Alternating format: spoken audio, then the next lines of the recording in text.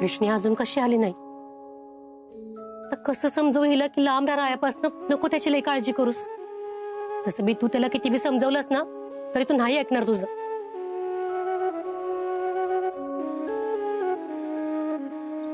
कृष्णे, कृष्णे अगं बस इथं. अगं काय झालं रडायला? भावे भावे देवीचा कौल रायाच्या बाजूला लागल्यामुळे त्याला लई कडक उपास करावा लागणार आहे ग. त्याला 3 दिवस फक्त दुधावर आणि लिंबाच्या पाल्यावर राहावं लागणार आहे. तुला माहित आहे का, रायाला जरा बी भूक सहन होत नाही ग. त्याला भूकच सहन होत नाही. त्याला त्या मंदिरात राहावं लागणार आहे. एवढ्या लाडागुडात वाढलेला पोरगा आज त्याला ही समज सहन करायला लागते. आणि मला ह्याचा जास्त त्रास होतोय की ही समज त्याला माझ्यासाठी सहन करायला लागतंय. कृष्णे, तू हे समज मनातनं काढून टाक बघू. रायाला अजिबात काळजी नाहीये तुझी, त्यामुळे तू त्याचा विचार करू नकोस. मी त्याला काय आत्ता ओळखत नाहीये ग मामे. त्याच्या डोळ्यात बघून मला कळतं त्याच्या मनात काही चाललंय ते. तू माझ्या आयुष्यासाठी, माझ्यासाठी, माझ्या प्रेमासाठी त्याने स्वतःला या समजेत अडकून घेतलंय. तू तिकडे एवढं कष्ट करतोय, माझ्यासाठी एवढं सहन करतोय, आणि मी इकडं आरामात राहणार नाही ग मामे. मी नाही हे सहन करू शकणार. हे बघ कृष्णे, हे व्रत करायचा निर्णय रायांचा आहे. त्यामुळे तू आणि मी त्याला काय करणार? मी करणार ना, मी त्याच्यासारखंच करणार मामे. तो तिकडे एवढं कष्ट सहन करतोय, थोड्या सगळ्या गोष्टी माझ्यासाठी सहन करतोय ना, तर मी पण करणार. कृष्णे तुला काही येडबीड लागले कृष्णे? हा अगं, हे व्रत म्हणजे काय खेळ वाटला का तुला? आणि तसं बी तुला रायांसोबत देवळात नाही थांबता येणार. देवळात नाही थांबता येणार ना, मग मी घरात राहून करेन. तिकडे राया माझ्यासाठी कडक उपवास करतोय. तू मंदिरात राहून व्रत पूर्ण करण्यासाठी जे जे काय करेल ना, ते मी घरात राहून करेन मामे. तू सोड कृष्णे.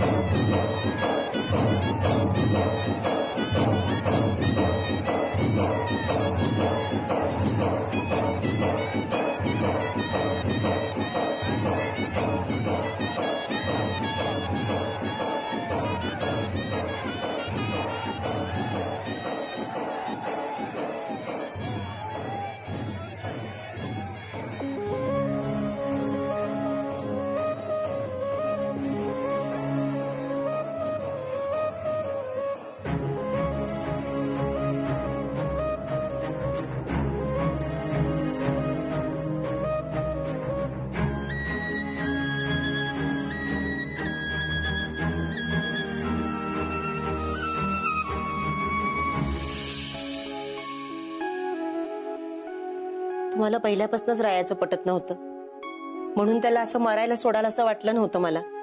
काय बोलताय, समजतंय का? मग काय चुकीचं बोलते? तुम्ही त्याला अडवायला पाहिजे होतं.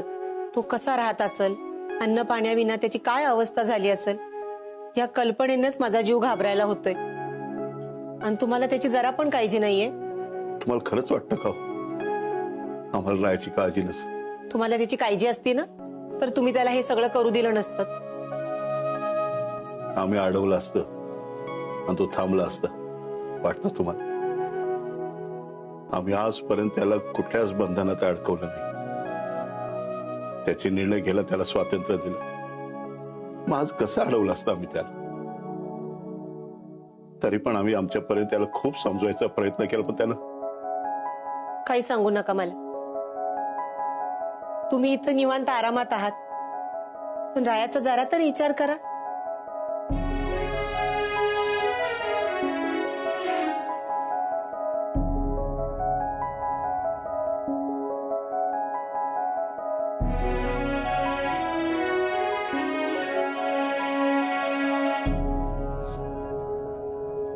अहो, हे काय करताय तुम्ही? आमचा लेक एवढ्या कठीण परिस्थितीतून जातोय, त्याला एवढं कडक नियमांचं पालन करावं लागतं आणि आम्ही इथं असं आरामात खुशाल पडलो नाही. आमचंही ठरलंय, आम्ही पण त्याच नियमांचं पालन करणार. बगाड होत नाही तो पण रायासारखंच जगणार आम्ही. अहो, माझ्या बोलण्याचं इतकं नका वाईट वाटून घेऊ. असं नका करू. आईचं काळीज आहे म्हणून बोलले मी माफी मागते, पण तुम्ही स्वतःला त्रास करून घेऊ नका. रंजना, अहो तुम्ही म्हणाले म्हणून आम्ही असं करतो असं कोणी सांगितलं तुम्हाला? आम्ही मनानं ठरवलं आहे, तुम्हाला चांगलं माहिती. आम्ही एकदा ठरवलं ना की माघार घेत नसतो. अहो, असं का वागताय तुम्ही बापलेक? जरा तरी माझा विचार करा. इथं रायाला होणारा त्रास सहन होत नाहीये, तो डोळ्यापुढे तरी नाही, पण तुमचं काय? तुम्ही आता आणखीन मला त्रास देऊ नका. तुम्ही किती विनवणी केली ना तरी आमच्या रायासाठी आम्ही असंच करणार. रंजना, तुम्ही नका काळजी करू. झोपा, तुम्ही आराम करा. राया ना आमचा लेख आहे. आमच्या जेवढी ताकद आहे ना तेवढी त्याच्यात बी आहे. आम्ही निघू याच्यातनं बाहेर. निघू आम्ही. झोपा झोपा.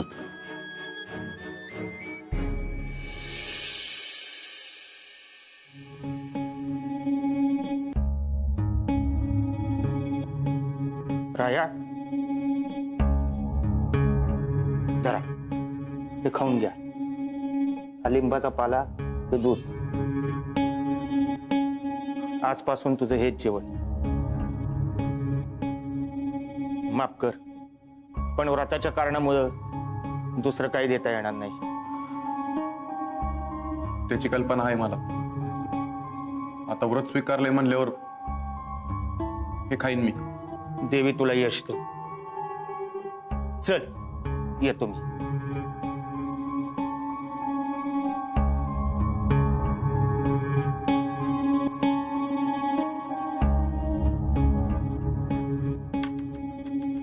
कृष्णाचा मृत्यू दुसरा तिसरा कोणी नसून तूच आहेस राया. तू जितका तिच्या जवळ जाशील तितकाच मृत्यू कृष्णाच्या जवळ येत राहील. आता तूच ठरव या मृत्यूशी कसं लढायचं ते.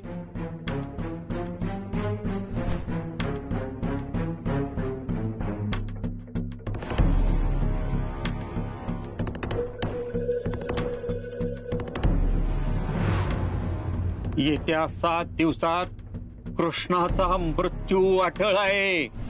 नाही नाही, मी असं नाही होऊ देणार. मी माझ्या कृष्णासाठी वाटेल ते करायला तयार आहे.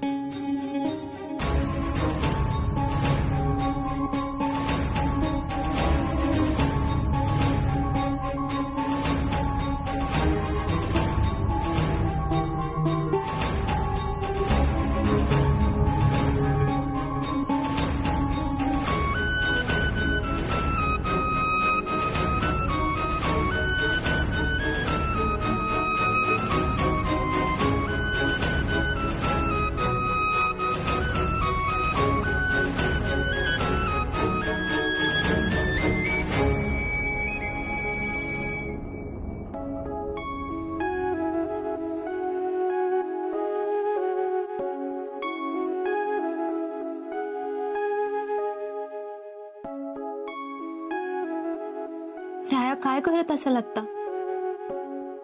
झोप तरी लागली असेल का त्याला?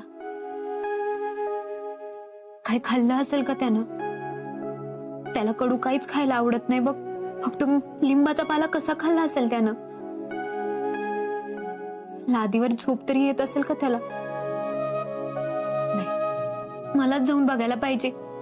तो तिकडे जागा असताना मला असं झोपून नाही चालायचं. मी जाऊन बघितलं पाहिजे.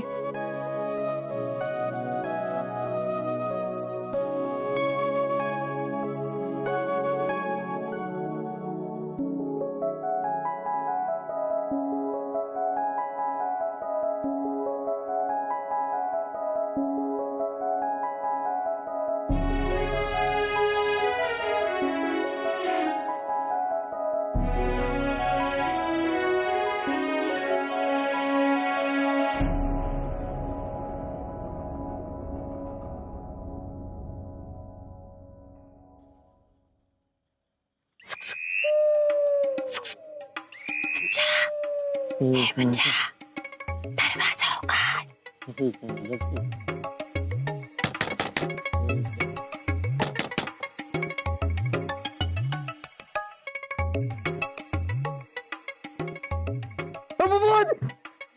राम राम राम राम राम राम राम राम राम राम राम राम राम राम राम राम राम राम राम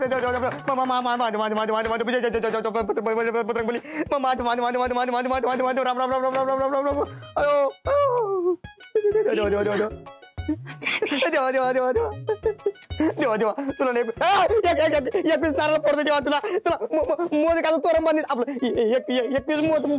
21 तुला पार मोदक वाईन देवा देवा भैरवनाथ आहे. हीच आहे, पोट पडतीशी अख्खी ऍक्टिंग वाया घालवलीस की माझी. पोट पडतीशी. अरे चला लवकर. कुठं? माझं एक लई महत्वाचं काम आहे तुझ्याकडं. चल पडतीशी निवड. काय? तू बाहेर तरी ये अगोदर.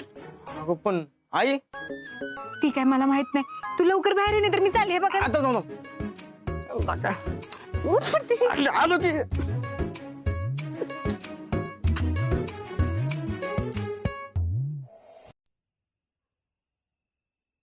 हे राया, राया थांब मी पलीकडनं बघतो.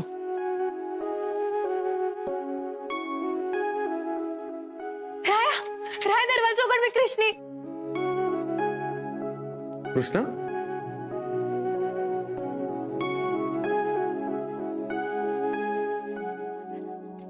दार उघड. दरवाजा उघड ना. कृष्णा, काय करतेस इथं? एवढ्या रात्रीची इथे यायची काय गरज होती तुला? तू जा इथनं. का त्रास देतेस मला? आणि तुझा हा त्रास बघून मला त्रास होतोय, त्याचं काय र? मला तुला एकटा भेटू दे. दरवाजा उघड ना. उघड ना दरवाजा. तू काय करणार आहेस मला भेटून? मी तुझ्यापासून लांब जायचा प्रयत्न करतोय, पण तू का परत परत माझ्या जवळ येतेस? तुला खरंच माझ्यापासून लांब जायचंय का र?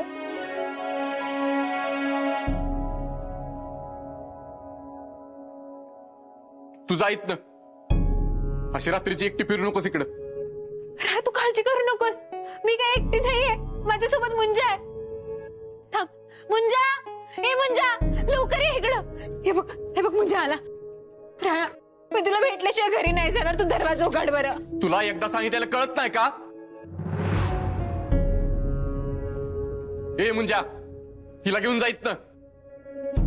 मला तिचं तोंड बी बघायचं नाहीये. मी नाही जाणार घरी. अरे माझ्यामुळं तुला काय झालं तर मी स्वतःला कधी माफ नाही करू शकणार राया. अरे माझ्या नशिबात माझा मृत्यू लवकर लिहिला असेल तर तो कोणीच नाही थांबवू शकत. मग तू तरी का हट्ट करतोयस?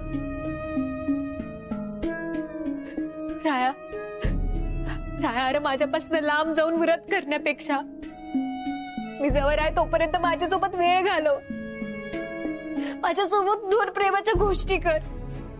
माझ्यासोबत आनंदाचे क्षण घालव र. मी गेल्यानंतर ना हे क्षण तुला आठवतील, तुझ्या सोबत राहतील राया. उघड की ना दरवाजा. मला भेटू दे ना तुला. उघड ना.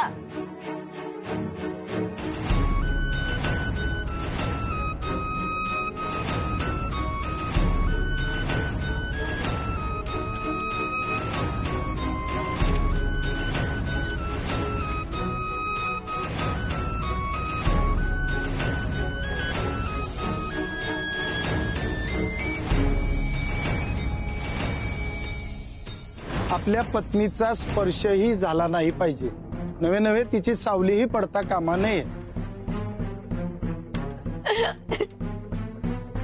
थांब कृष्णा.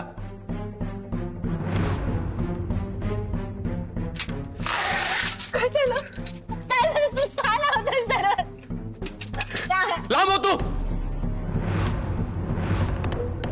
मला चांगलंच माहित आहे तू इथं कशासाठी आलीस. माझं व्रत मोडायचं आहे ना तुला. तुला मला यशस्वी झालेलं बघायचं नाहीये ना. नाही राया, असं नको बोलू. मी नाही जाणार. तू लांब हो. नाही. तुझा आणि माझा संबंध संपला हे मी तुला आधी बी सांगितलं ना आत्ता बी सांगतोय. तुला माझी काळजी करायची काय बी गरज नाही. या व्रतापेक्षा तू अशी सारखी माझ्या समोर आलीस ना की जास्त त्रास होतोय मला. तुला जर खरंच वाटत असेल ना की मी नीट राहावं, मला काहीच होऊ नये, तर निघून जा इथनं. नाही जाणार. तुला निघून जायला सांगितलं ना मी. चल किंवा इथनं.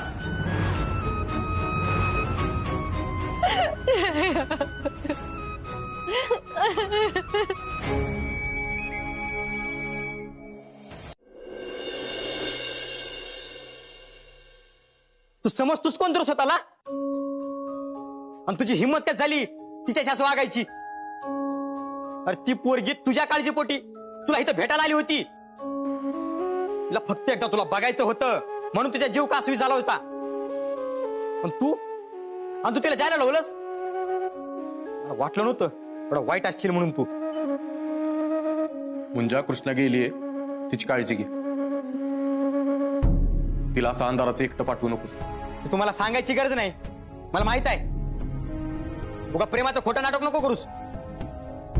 एक गोष्ट लक्षात ठेव राया, तू जेवढा त्रास तिला देशील ना तेवढा त्रास तुला होणार आहे. तू तिच्या प्रेमाचा असा अपमान करशील तर ते प्रेम तू किती जीवाच्या आकांताने मागितलंस ना तरी तुला परत मिळणार नाही. खरं सांगू का, अरे तिच्या प्रेमाच्या लायकीचा नाहीस तू. राया, तू किती उपास तापास कर पण कृष्णासारखी प्रेम करणारी पोरगी तुला आयुष्यभर नाही मिळणार. तिच्या डोळ्यात आज तुझ्यामुळे पाणी आले आणि मी तुला कधीच नाही माफ करणार. कधीच नाही.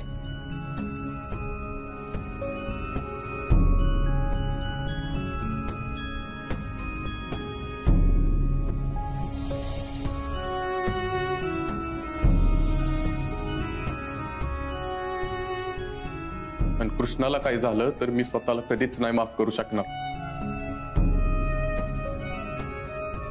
हे सगळं मी कृष्णासाठीच करतोय. कसं सांगू तुम्हाला.